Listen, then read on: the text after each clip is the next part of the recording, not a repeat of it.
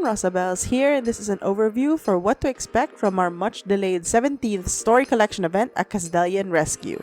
As a disclaimer, this is based on what was released in the CN server and are subject to change. Starting with some quick info, you need to clear at least episode 110 of the main story to access the event.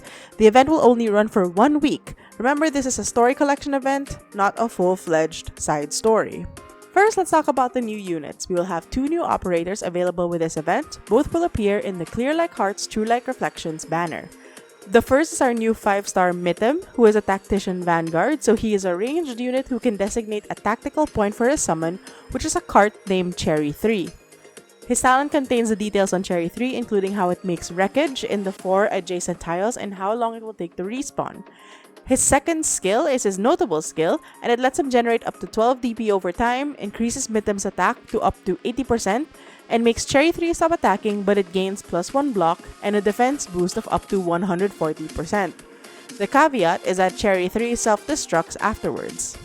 Now, the 6-star featured in the banner is Nymph, our first 6-star Primal Caster. As with all Primal Casters, her attacks deal arts damage and can inflict elemental damage. Her first talent causes enemies to take a certain percent of attack as elemental damage when under the effect of Necrosis damage burst. Her second talent increases her attack by a certain percentage whenever an enemy within her range triggers a Necrosis damage burst, stacking up to 12 times at pot 4. So a lot of Nymph's DPS relies on achieving as much elemental burst as possible. Her notable skills are her skill 2, which inflicts up to 400% of her attack as arts damage and inflicts fear on the enemies for 5 seconds. It will also deal an equal amount of AoE arts damage near the target, inflicting 25% of the attack as necrosis damage. And if the target is under necrosis burst, talent 1 will be increased to 100% attack. It's a lot, and honestly, the funniest part of this skill is that you can fear lock bosses to walk in a circle. Her skill 3 expands her attack range, gives her up to 220% attack, and up to +60 attack speed. This also lets her attack 2 targets simultaneously.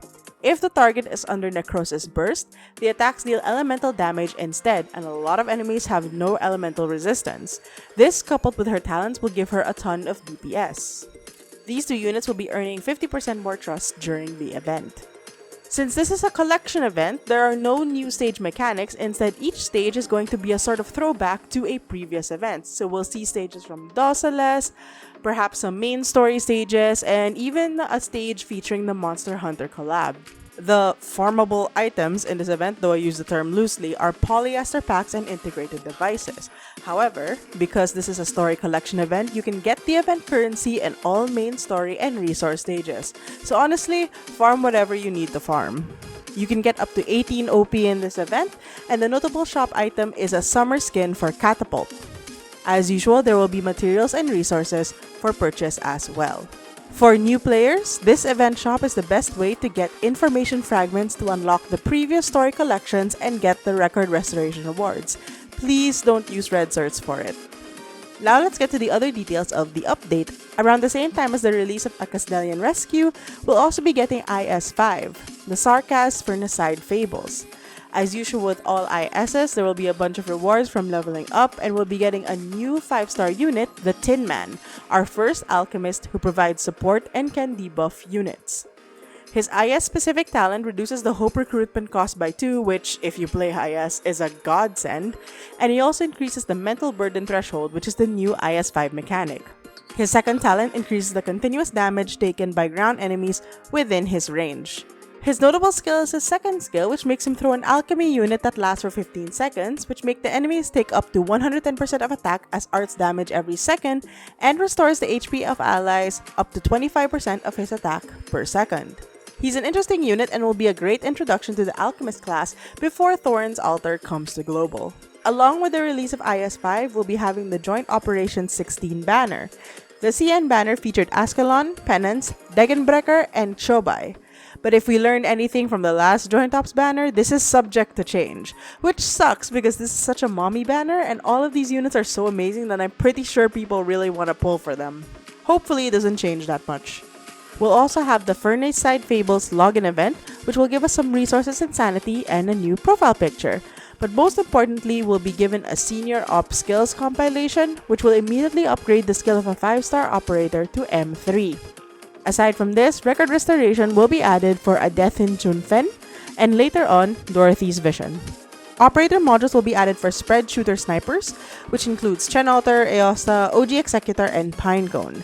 This improves their existing trait to deal 160% damage to enemies in the row directly in front of this unit, which is not a lot, sort of like the One Ring Medic module, doesn't add a lot.